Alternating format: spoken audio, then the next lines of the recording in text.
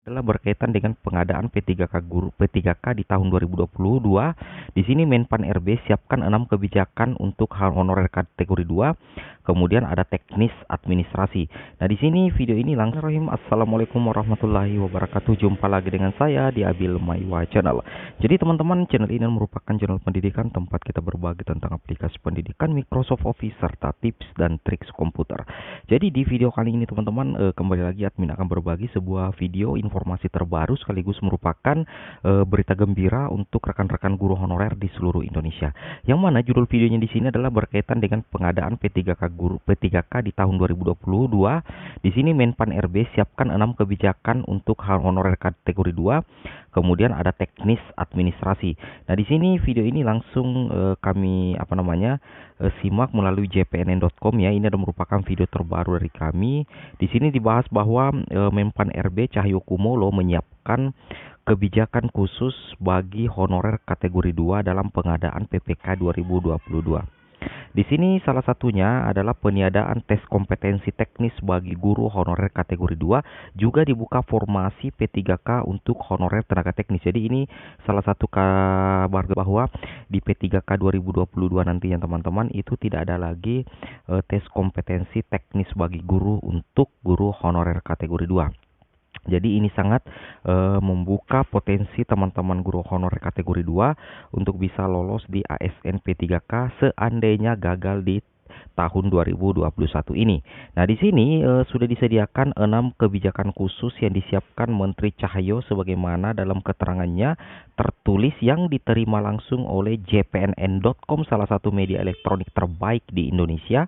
Itu pada hari ini, hari Selasa tanggal 21 bulan 9 2021. Seperti itu teman-teman ya. Yang pertama di sini adalah bahwa pengadaan ASN tahun 2022 itu dilakukan hanya untuk PPPK ya. Jadi untuk formasi P3K Guru 2021 sebenarnya telah disediakan 1 juta formasi teman-teman ya. Namun jumlah formasi yang diajukan. Jadi yang pertama di sini teman-teman adalah pengadaan ASN tahun 2022 dilakukan hanya untuk PPK. Nah, jadi untuk tahun 2022 itu jelas bahwa itu diperuntukkan hanya untuk P3K ya. Jadi yang kedua adalah untuk formasi P3K Guru 2021 sebenarnya telah disediakan 1 juta formasi. Namun jumlah formasi yang diajukan oleh Pemda dan kemudian dilakukan seleksi hanya sekitar 507.848. Oleh karena pada tahun 2022 itu nanti sisa formasinya akan dibuka kembali dan diusulkan oleh Pemda. Seperti itu teman-teman ya.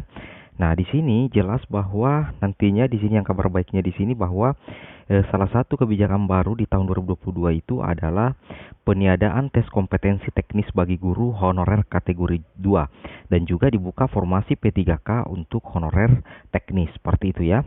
Nah, di sini selain itu khusus untuk guru agama di sekolah negeri di Pemda juga akan dialokasikan, mengingat pada 2021 hanya sekitar 22.000 yang dialokasikan.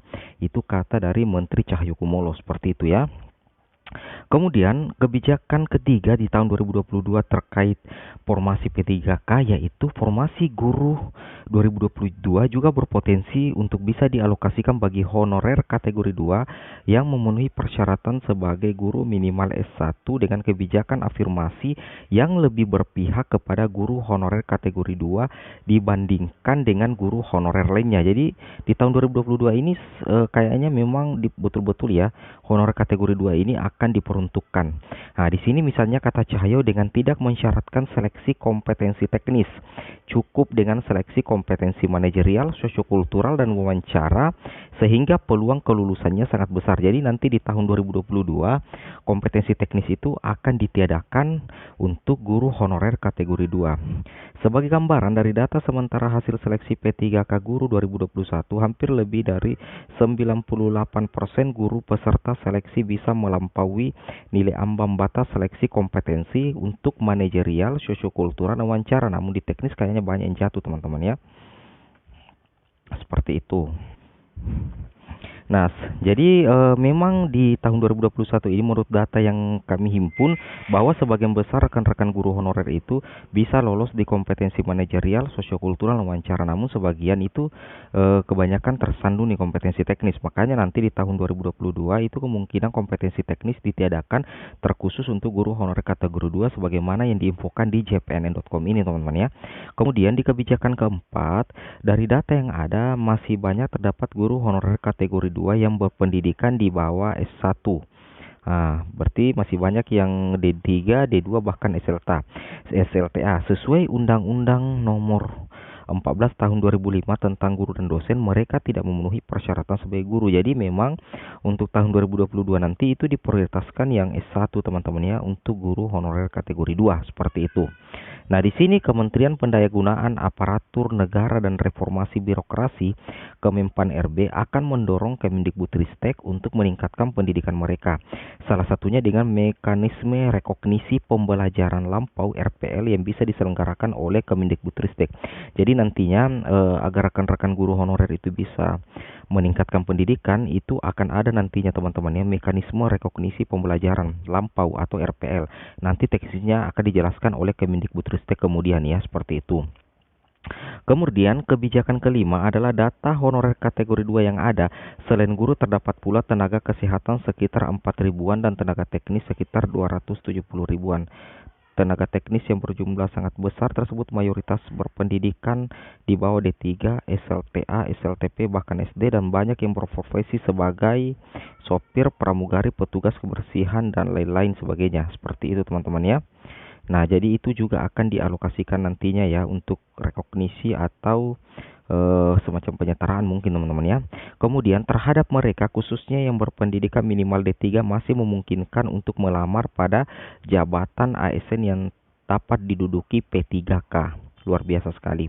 Kemudian Kemenpan RB di sini akan mendorong Pemda untuk mengusulkan formasi bagi guru honor kategori 2 dan tenaga teknis yang masih berpotensi untuk dapat mengikuti seleksi dan diangkat sebagai P3K tersebut. Kemenpan RB melalui Deputi SDM Aparatur telah mengusulkan tambahan jumlah formasi tahun 2022 kepada Kemenko. Seperti itu teman-teman. Jadi ini adalah berita terbaru dari Kemenpan RB ya terkait P3K 2022 seperti itu.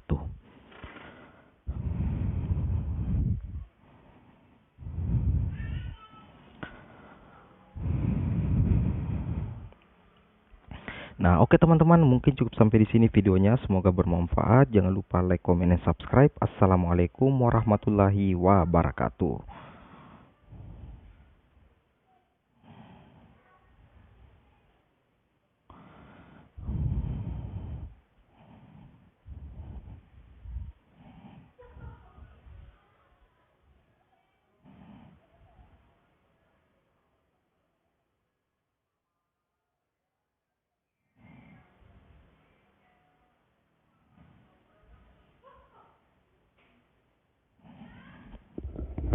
Mapai. Mapai.